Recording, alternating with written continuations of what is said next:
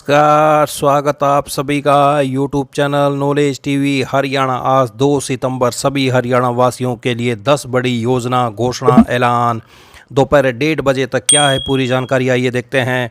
हरियाणा की दिन भर सबसे तेज सबसे सटीक जानकारी आपको यहाँ पर मिलती रहेगी। तो पहली बार चैनल पर आए तो सब्सक्राइब जरूर कर लें। तो चलिए देखते हैं हरियाणा से 10 बड़ी खबरें घोषणा ऐलान। पहली बड़ी घोषणा, सुप्रीम कोर्ट ने कहा कि शिक्षण सेवा में बने रहने या पदोन्नति पाने के लिए शिक्षक पात्रता परीक्षा टीईटी अनिवार्य है। शीर्ष कोर्ट ने टीईटी की अनिवार्यता से जुड़े कानून के लागू होने से पहले नियुक्त शिक्षकों के लिए दिशा निर्देश भी जारी किए हैं। शीर्ष कोर्ट ने निर्देश जारी किया कि जिन शिक्षकों की सेवा अवधि 5 वर्ष से कम शेष है उन्हें टीईटी उत्तीर्ण किए बिना सेवा जारी रखने की अनुमति दी जाएगी। हालांकि प्रोन्नति के लिए उन्हें टीईटी उत्तीर्ण करना होगा।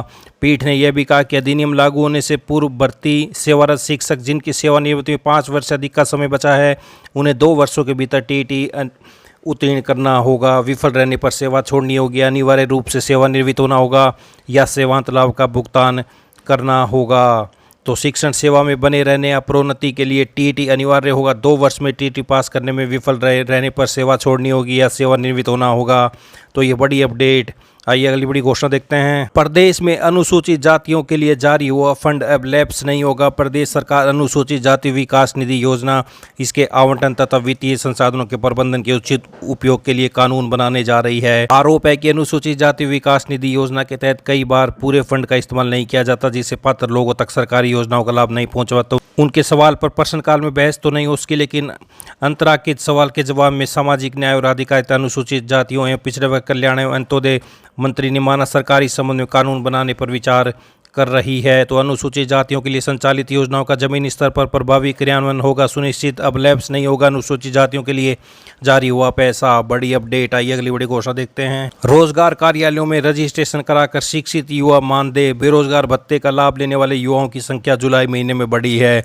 इस वर्ष जून में ज्वाइन की संख्या 5291 थी, वहीं जुलाई में यह संख्या बढ़कर 1,85,267 पर पहुंच गई। संख्या में बढ़ोतरी नायब सरकार की ओर से सक्षम युवा बेरोजगारी भत्ता योजना की जानकारी शहर से गांव-गांव तक पहुंचाने के कारण हुई है। जुलाई महीने में सबसे अधिक योजना का लाभ जींद के युवाओं को है। जींद जिले के 24,975 युवाओं को बेरोजगारी भत्ते की योजना का लाभ मिला है। हालांकि युवाओं को भत्ते से ज़्यादा रोजगार की ज़रूरत होती है। फरीदाबाद में यह संख्या सबसे कम रही। इससे कम वाली लिस्ट में गुरुग्राम शामिल है। तो शिक्षित युवा मानदेय का लाभ लेने में जींद रहा आगे, फरीदाबाद में सबसे कम बेरोजगार। तो ये बड़ी अपडेट। आइए अगली बड़ी घोषणा देखते हैं। हरियाणा में भारी बारिश के चलते अलर्ट के बीच 5 सितंबर तक सभी विभागों में फील्ड अधिकारियों की छुट्टियां कैंसिल कर दी गई हैं। चीफ सेक्रेटरी की तरफ से जारी आदेश में सभी अधिकारियों को मुख्यालय में रहने के आदेश दिए गए हैं। सरकार की तरफ से जारी लेटर में यह भी कहा गया है कि इस अवधि के दौरान मुख्य सचिव या गृह विभाग के अतिरिक्त मुख्य सचिव की मंजूरी के बिना किसी भी अधिकारी को छुट्टी न दी जाए। तो छुट्टियों पर रोक के ऑर्डर जारी कर दिए हैं, आदेश जारी कर दिए हैं। आइए अगली बड़ी खबर देखते हैं। हरियाणा में मंगलवार आज 18 जिलों के लिए अलर्ट जारी किया है। इनमें फरीदाबाद, पलवल, गुरुग्राम, नूंह, रेवाड़ी, महेंद्रगढ़, झज्जर, रोहतक, सोनीपत, पानीपत, करनाल, यमुनानगर, अंबाला, पंचकुला, कुरुक्षेत्र, जींद, भिवानी, चरखी दादरी के लिए ऑरेंज अलर्ट, जबकि हिसार, फतेहाबाद, कैथल, सिरसा, नारनौल, लोहारू, कोसली, बावल के लिए येलो अलर्ट जारी किया है। सरकार ने भी हाई अलर्ट जारी कर दिया। सभी विभागों के अधिकारियों कर्मचारियों की छुट्टियां रद्द कर दी हैं। तो हरियाणा में भारी बारिश की चेतावनी।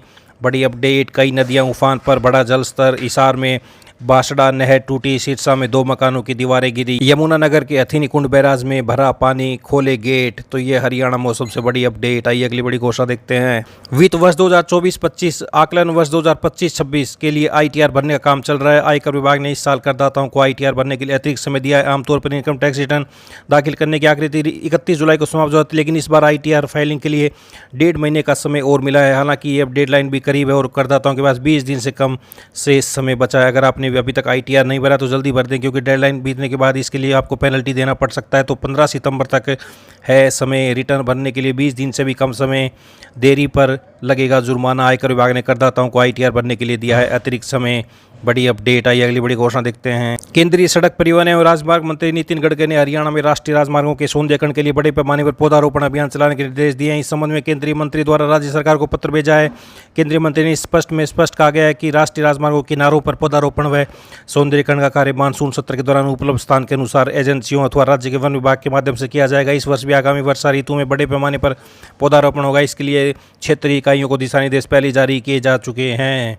तो राष्ट्रीय राजमार्गों के सौंदर्यीकरण में पौधारोपण के निर्देश। बड़ी अपडेट। आइए अगली बड़ी घोषणा देखते हैं। हरियाणा पुलिस महानिदेशक सुरजीत कपूर ने मधुबन में 2 दिवसीय उच्च स्तरीय बैठक में प्रदेश भर के वरिष्ठ अधिकारियों के साथ कानून व्यवस्था और अपराध नियंत्रण से जुड़े मुद्दों की विस्तृत समीक्षा की। डीजीपी ने सबसे पहले सूदखोरी की अमानवीय प्रथा पर कठोर रुख अपनाने की वकालत की। उन्होंने कहा कि हरियाणा पुलिस प्रदेश भर में सूदखोरों के अत्याचार के खिलाफ 15 दिन का विशेष अभियान चलाएगी। इस दौरान ऐसे सभी अत्याचारी सूदखोरों की पहचान कर उन पर कड़ी कानूनी कार्रवाई की जाएगी। ये वे लोग हैं जो जरूरतमंदों को ऊंची ब्याज दरों पर कर्ज देकर और ब्याज वसूली के नाम पर शोषण, धमकी और दबाव डालते हैं। ये लोग गरीब और असहाय लोगों की संपत्ति तक हड़प जाते हैं। ये न केवल समाज की आर्थिक व्यवस्था के लिए खतरनाक है बल्कि मानव गरिमा पर भी गंभीर आघात है। उन्होंने आगे कहा कि ऐसे सूदखोरों की अवैध कमाई और संपत्ति को भी नियमानुसार अटैच किया जाए और अधिकारियों को दिशा निर्देश दिया कि लोगों को जागरूक करें ताकि कोई भी आम नागरिक ऐसे सूदखोरों के जाल में न फंसे। तो मोटा ब्याज वसूलने वालों के खिलाफ अभियान चलाएगी पुलिस, संपत्ति अटैच होगी।